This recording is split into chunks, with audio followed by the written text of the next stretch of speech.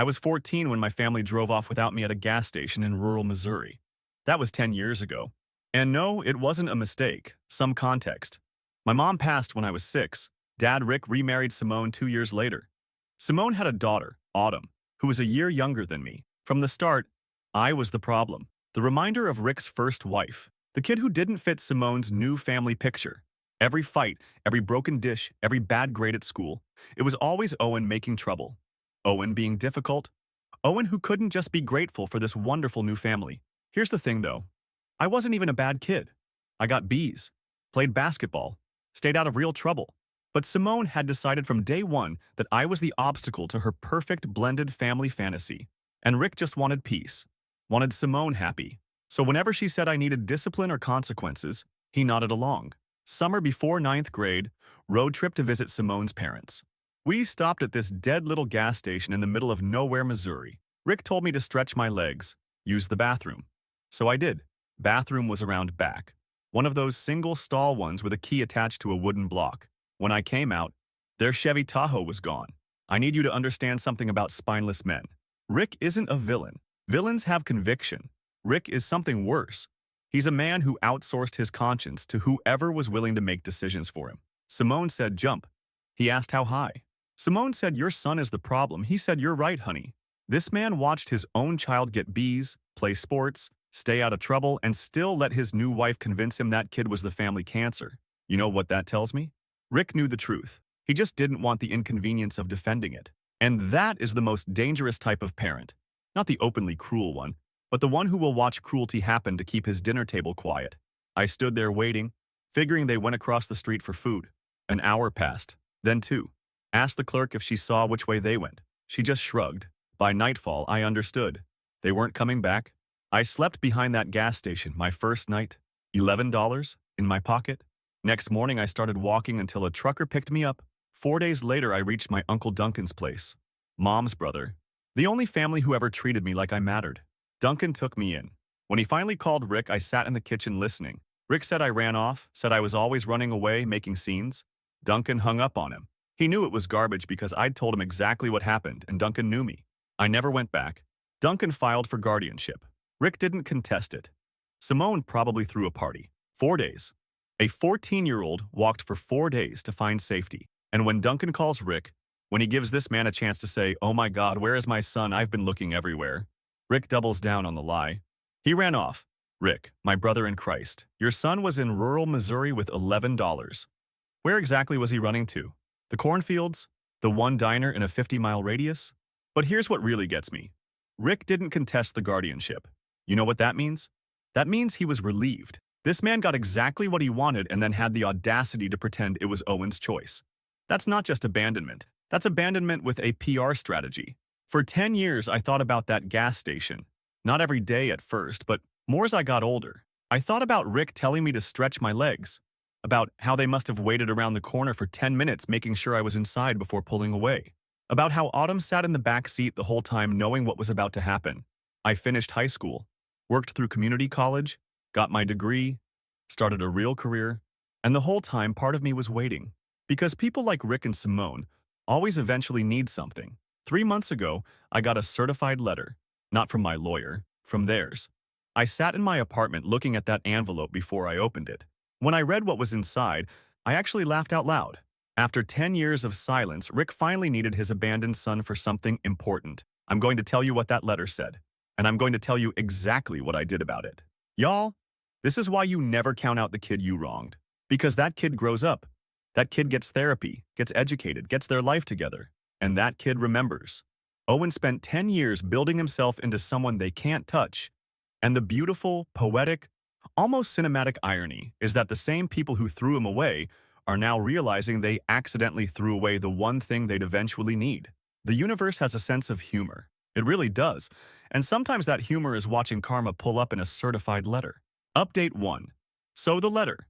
A lot of you guessed correctly. It was about property. Here's what I didn't mention before. My biological mother, before she died, owned half of the house Rick and Simone have been living in for 16 years. It was my parents' house originally. When Mom passed, her share should have gone into a trust for me. But Rick never set that up properly. He just kept living there with Simone, acting like the whole thing was his. The letter was from their attorney explaining that Rick and Simone needed to sell the house. Apparently, Simone's parents both passed in the last 2 years and left behind major debts that Simone co-signed on. They need the equity from the house to dig themselves out. Problem is, they can't sell without my signature because I technically own half of it. Have since I was 6 years old. 10 years of silence. And now they need me. I hired my own attorney the next day. Told her everything. About being abandoned. About Duncan raising me. About Rick never contesting guardianship because he wanted me gone. She reviewed the property records and confirmed what I suspected. My claim to that house is solid. Without my signature, they cannot sell, cannot refinance, cannot do anything. I told her to write back to their attorney with one sentence. No. That's when the real fun started. Owen's mom really said, I will protect my baby from the grave. 16 years this woman has been gone, and she's still the best parent in this story. She left her son half that house knowing that one day he might need leverage against whatever nonsense Rick pulled. That's not just estate planning, that's prophecy. And Rick? This man really spent a decade and a half sleeping in a house that was half owned by the child he abandoned, walking past that kid's inheritance every single day, building his fake perfect family on top of stolen property. And now the bill comes due and he's shocked? Brother, you were living in borrowed time and borrowed real estate. 2 weeks later, my stepsister Autumn found me on Instagram. I hadn't blocked any of them because honestly I wanted them to see how well I was doing. She sent a message saying she really needed to talk, that Dad was in bad shape, that I didn't understand the whole situation. I left her on read for 3 days before responding. Then I wrote back asking if she remembered that gas station. If she remembered sitting in the back seat knowing they were about to drive away and leave me. She said she was 13, that she didn't have a choice, that Simone told her I was going to a special camp and they were just dropping me off early. I told her that was garbage and she knew it. No camp, no explanation, just a kid abandoned at a gas station with $11. She kept pushing, said Rick cries every night now, said he made a terrible mistake and wants to make it right, said Simone is barely functioning and they might lose everything. I told her that sounds like a personal problem. That sounds like a personal problem is going in the Hall of Fame of responses. Write that down, frame it, tattoo it. Because here's what Autumn doesn't understand. She's not a neutral messenger. She was in that car. She was part of the conspiracy whether she likes it or not. And now she wants to play family therapist? Wants to talk about healing. Baby girl, you had 10 years to reach out. 10 years to say, hey Owen, I'm sorry my mom convinced our dad to dump you like roadside trash. But the first time Autumn picks up a phone is when Autumn needs something. When her housing situation is threatened. Funny how that works. Empathy shows up right on time when the consequences do. Then she tried a different angle, said I was being cruel. Said holding on to anger for 10 years is destroying me, not them. That I need to heal and move forward. I told her I'm perfectly fine. Great job. Nice apartment. Good friends. The only thing destroying anyone is Rick and Simone's own choices catching up to them. She asked what it would take. What did I want to sign those papers? And that's when I realized something. They thought this was a negotiation. They thought I wanted money, or an apology, or acknowledgement. They had no idea that what I wanted was for them to feel exactly what I felt that night behind the gas station. Alone? Scared. With nowhere to go. I told Autumn to tell Rick something for me. Tell him he got the goodbye he wanted 10 years ago. Now he gets to live with it. She's left me 14 voicemails since then. 14. Each one more desperate than the last. The latest one came this morning. She was practically screaming that Rick won't stop asking for me, that I need to pick up, that something happened and everything is getting worse. I haven't listened to most of them yet, but I will. And then I'm going to figure out exactly how much more pressure I can put on this situation. I want to talk about that manipulation tactic Autumn tried. Holding on to anger is destroying you, not them. Folks, this is the #1 thing abusers and their enablers say when consequences finally arrive. They flip it. Suddenly, you're the problem for remembering what they did. You're the unhealthy one, for not forgiving people who never apologized. They want Owen to do the emotional labor of absolution so they can feel better. But look at Owen's actual life, degree, career, apartment, friends.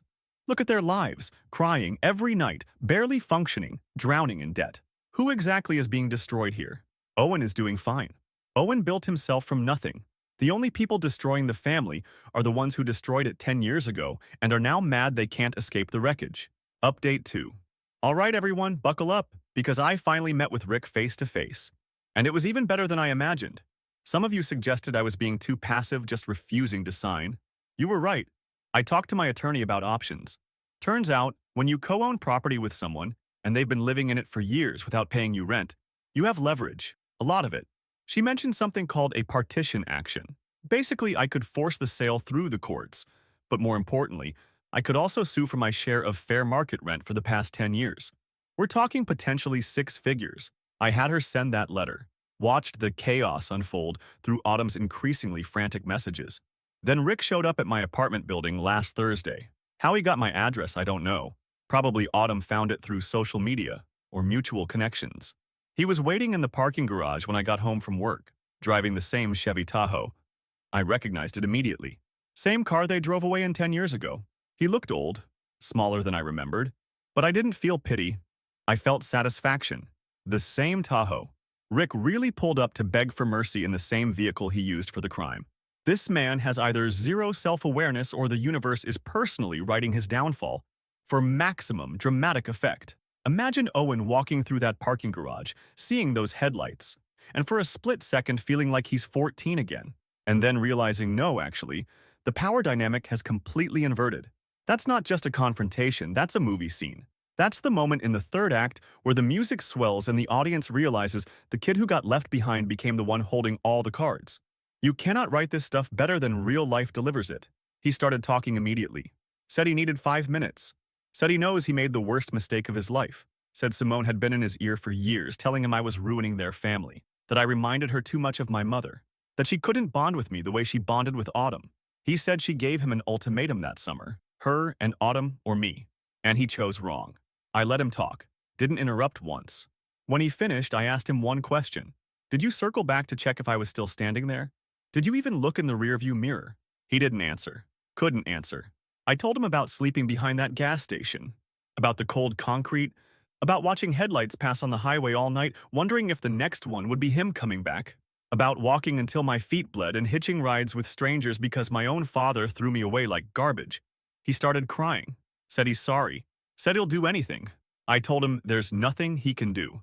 Then I told him about the partition lawsuit, told him my attorney is filing next week, told him I'm not just refusing to sign anymore, I'm coming for every penny I'm owed. Rent, interest, legal fees. By the time this is done, even if they sell the house, there won't be enough left to cover Simone's debts. Did you even look in the rearview mirror? That question is going to haunt Rick until he dies. Because he knows the answer. We know the answer. He drove away and didn't look back because looking back would mean acknowledging what he was doing. It's easier to abandon someone if you don't watch them get smaller in the distance. And you know what kills me? Rick's defense is, Simone gave me an ultimatum. Like that's supposed to generate sympathy? Sir, the correct response to choose between your wife and your child is to choose your child. Or at minimum, to leave the marriage, not leave your kid at a gas station in Missouri like he's an old couch you couldn't fit in the moving truck. She was in my ear for years. Okay, and what was in your heart? Anything? Anyone? He tried to grab my arm. I stepped back. Told him the next time he touches me, I'm calling the police. Then I went upstairs and left him standing in that parking garage. But here's the new complication. Autumn showed up at my work yesterday. Different approach. She said Simone is refusing to leave the house now, saying she'd rather die than lose it. And apparently Autumn has been living there too since losing her own apartment. If I force the sale, I'm not just hurting Rick and Simone. I'm putting my stepsister on the street. She asked if that's really what I want, if I can live with that. I told her I slept behind a gas station when I was 14. I think I can live with a lot. I slept behind a gas station when I was 14. I think I can live with a lot. Bury me with this response. Because Autumn really tried it and tried to make Owen feel guilty for potentially making her homeless when her family made him actually homeless at 14. The audacity to show up at someone's workplace and ask, can you live with this when you were complicit in something infinitely worse? Autumn isn't a victim here. Autumn is a beneficiary of Owen's absence who's now upset that her inheritance of comfort is being revoked. She got to grow up in that house with both her parents, while Owen was hitchhiking with strangers. And now she wants to talk about fairness? The math isn't mathing, sweetheart. Final update. The partition lawsuit went through, and Simone finally broke her silence. She showed up at the grocery store where I do my weekly shopping, Sunday morning, waited by my car in the parking lot. I recognized her immediately even though she looked nothing like the put-together woman from my childhood. Hair unwashed, same clothes she probably slept in. She didn't beg like Rick, didn't cry like Autumn. She came at me angry, said I was destroying her life over something that happened a decade ago, said I needed to grow up and stop playing victim. Said she gave me a roof over my head for 8 years and this is how I repay her. I let her finish. Then, I asked her one question. Whose idea was it to leave me at that gas station? She didn't even hesitate. Said it was the only way. Said I was making everyone miserable and Rick was too weak to handle it himself. Said she did what she had to do for her family. Her family. Not our family. Never our family. There it is. Right there. The confession nobody asked for but everyone needed to hear. Simone didn't even try to deny it. Didn't try to share blame. Didn't pretend it was a mutual decision that went wrong. She said Rick was too weak. And I did what I had to do.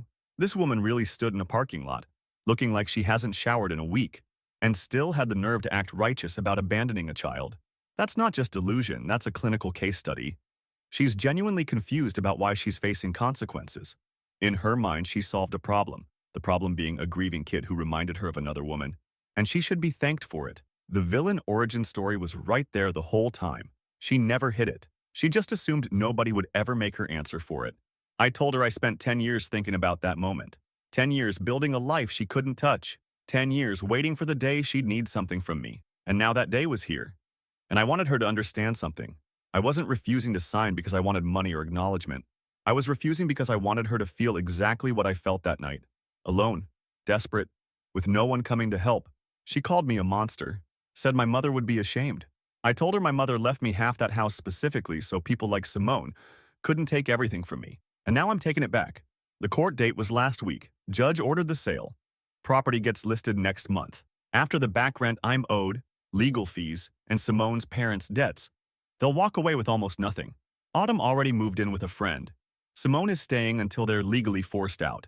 Your mother would be ashamed. Simone, you are standing in a parking lot because you abandoned that woman's son and now her son is taking back what she left him. His mother reached through time and space to protect her child from you. His mother's ghost is currently winning this fight. If anything, Owen's mom is looking down like, yeah, baby, get her. The sheer derangement of invoking a dead woman's shame when you are the reason her child grew up without family? I genuinely cannot comprehend the mental gymnastics required to say that out loud and believe you have a point. Simone really thought monster was going to land when she's the one who plotted to abandon a 14-year-old in rural Missouri. The projection could power a small city. And Rick? Rick has been leaving me voicemails every single day. Not through Autumn anymore, from his own phone. Each one more broken than the last. Saying he can't sleep, can't eat. Keeps driving past that gas station in Missouri thinking about what he did. Begging me to just talk to him one more time. Yesterday, I finally responded. Had my attorney send one final letter. Inside was a single sentence. Tell Dad he got the goodbye he wanted. Duncan called me last night. Said he's proud of me. Said my mom would be too. Said sometimes the people who hurt you don't deserve forgiveness. They just deserve consequences. I know some of you might think I went too far, that I should have taken the money and moved on. But here's the thing. They didn't just abandon me. They erased me, pretended I never existed, built their happy little family on top of my absence. Now that family is gone. The house is gone. And Rick gets to spend the rest of his life knowing his son is out there somewhere, successful and thriving, and wants absolutely nothing to do with him. 10 years ago, I was a scared kid sleeping behind a gas station.